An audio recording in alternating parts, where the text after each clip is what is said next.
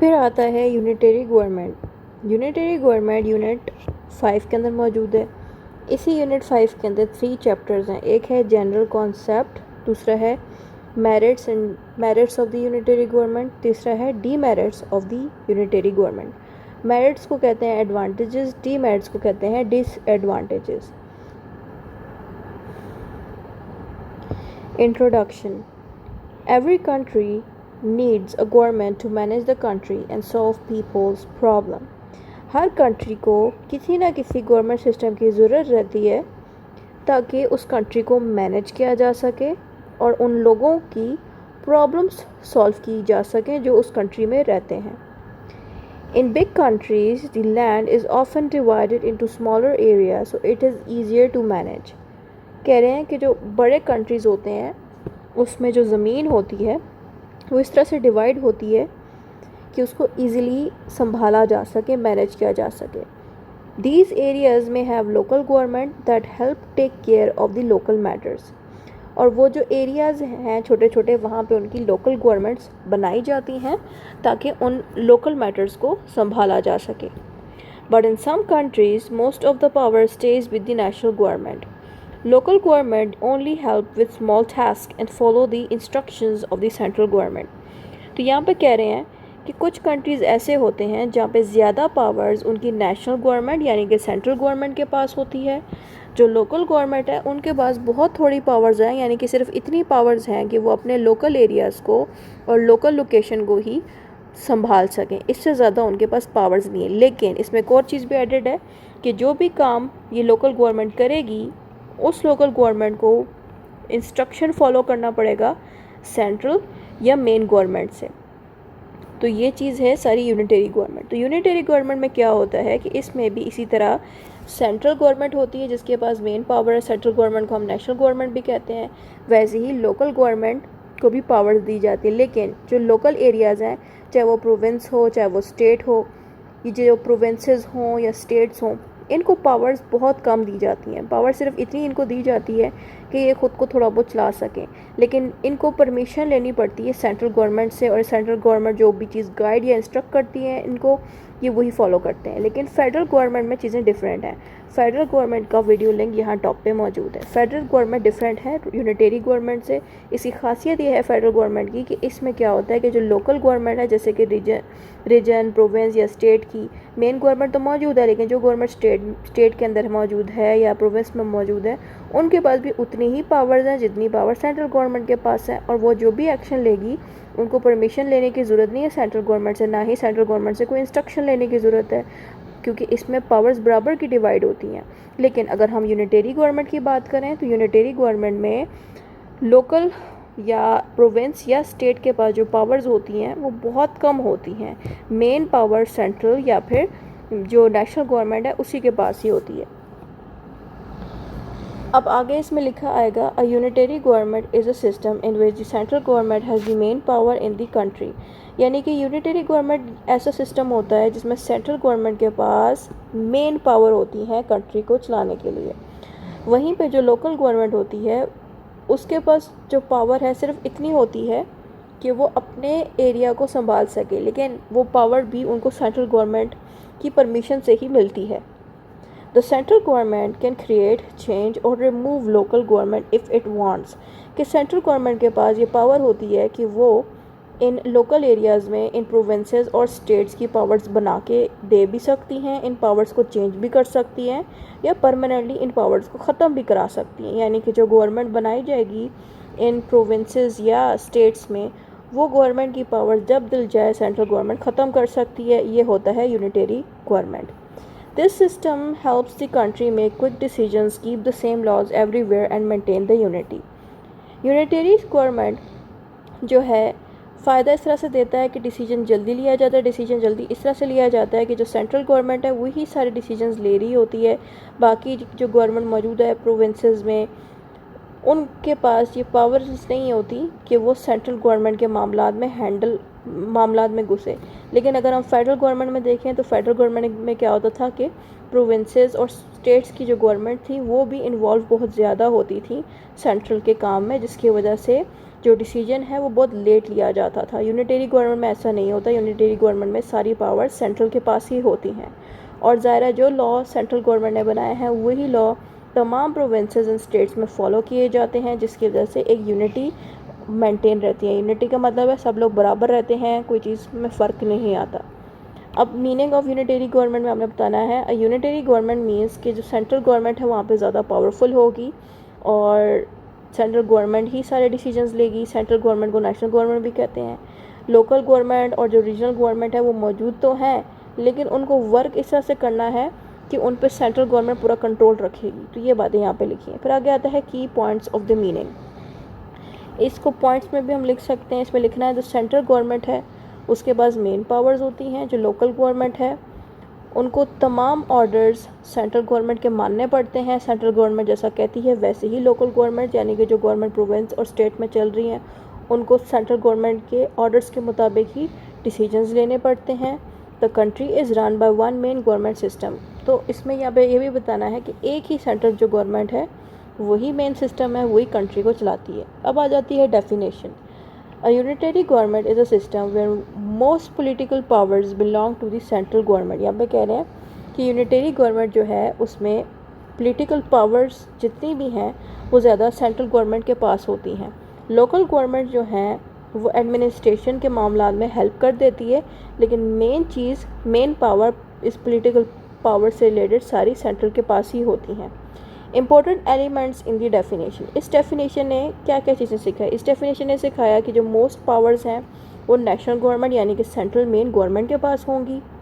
जो local government है वो सिर्फ नेशनल गवर्नमेंट को हेल्प कर सकती है।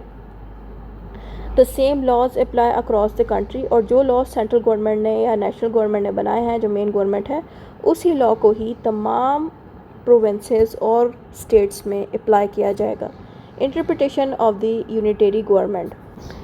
Interpretation of unitary government. Interpretation का लफ्ज़ जब यूनिटरी गवर्नमेंट के साथ लगे इसका मतलब ये है कि यूनिटरी गवर्नमेंट को यहाँ पे एक्सप्लेन किया जा रहा है। तो इंटरप्रिटेशन का मतलब है explains how the system works in real life, यानी कि यूनिटरी गवर्नमेंट रियल लाइफ में किस तरह वर्क करता है।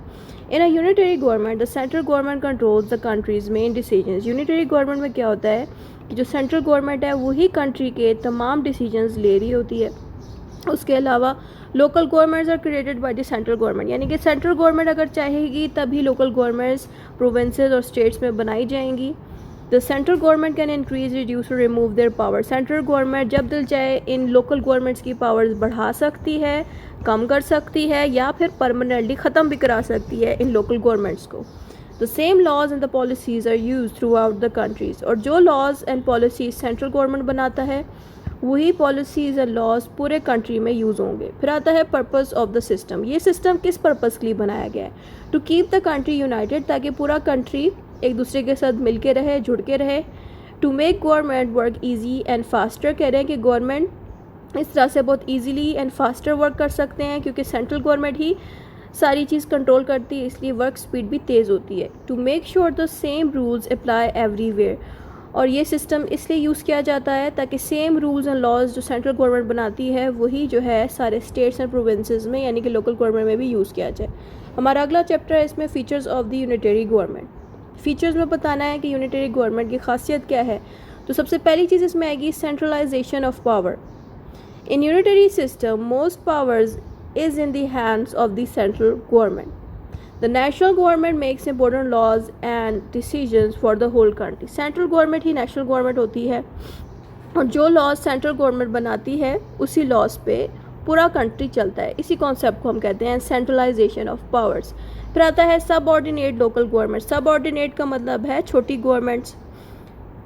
Local governments exist to help the central government. Local governments इसलिए बनाई गई हैं ताकि वो सेंट्रल गवर्नमेंट को हेल्प कर सकें, क्योंकि सेंट्रल गवर्नमेंट जो है अकेले इतने एरियाज़ की तरफ तवज्जो नहीं दे सकती। तो जहाँ जहाँ प्रोविंसेस मौजूद हैं वहाँ पे ये लोकल गवर्नमेंट्स इसलिए बनाई गई ताकि वो प्रोविंसेस वाली जो लोकल गवर्नमेंट है वो सेंट्रल गवर्नमेंट को हेल्प दे सकें। They do not have the independent power and must follow the instruction of their centre.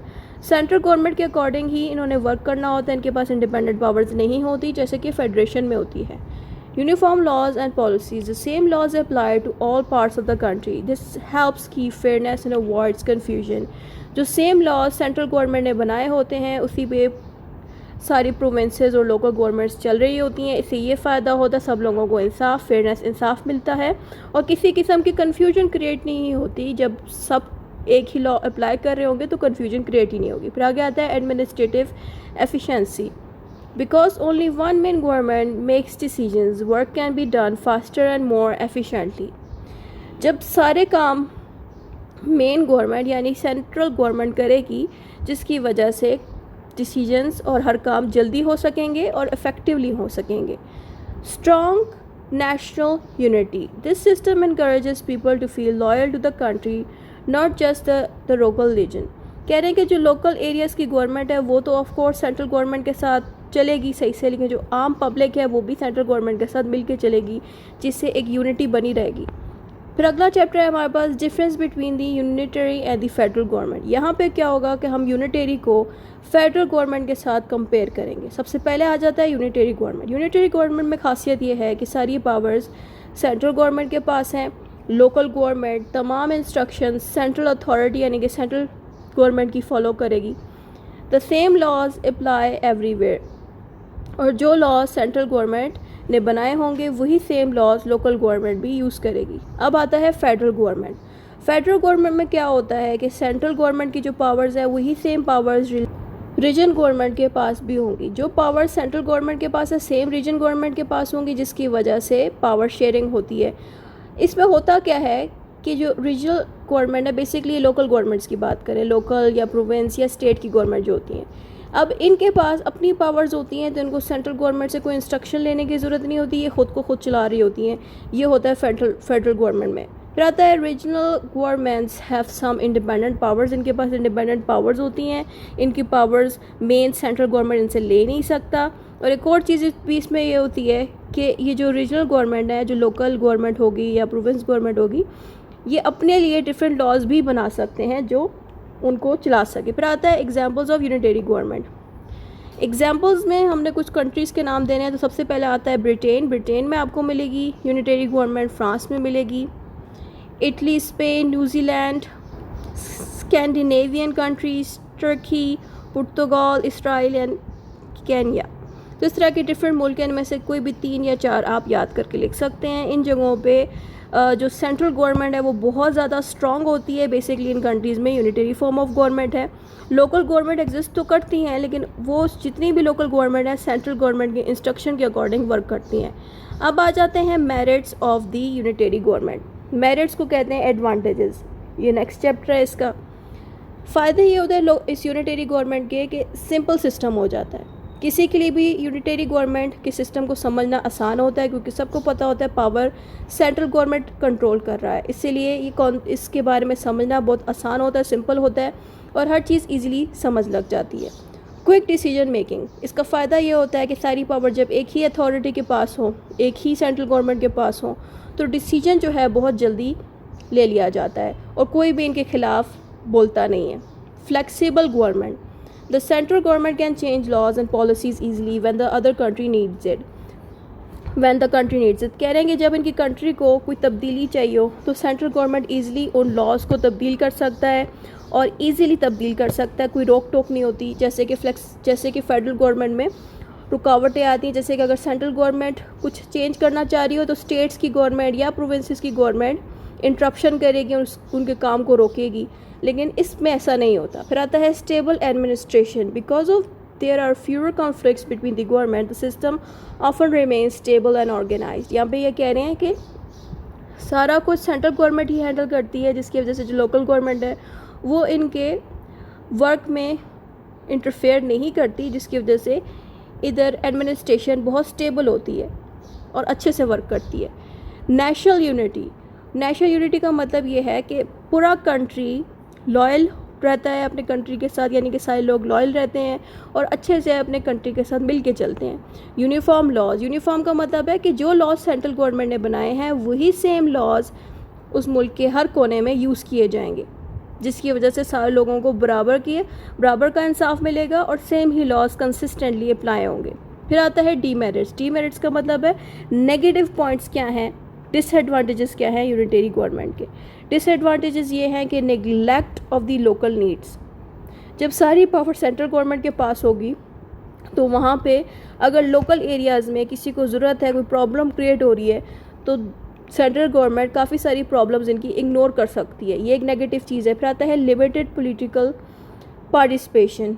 People in local areas में have less chance to take part in the decision making. जो local areas में जो government departments बनाए होंगे वो participate नहीं कर सकेंगे इन उन डिसीजंस पे जो सेंट्रल गवर्नमेंट ले रही होती है, जिसकी वजह से लोकल गवर्नमेंट को लगेगा कि उनको इग्नोर किया जा रहा है। फिर आगे आता है ओवरबर्डन सेंट्रल गवर्नमेंट।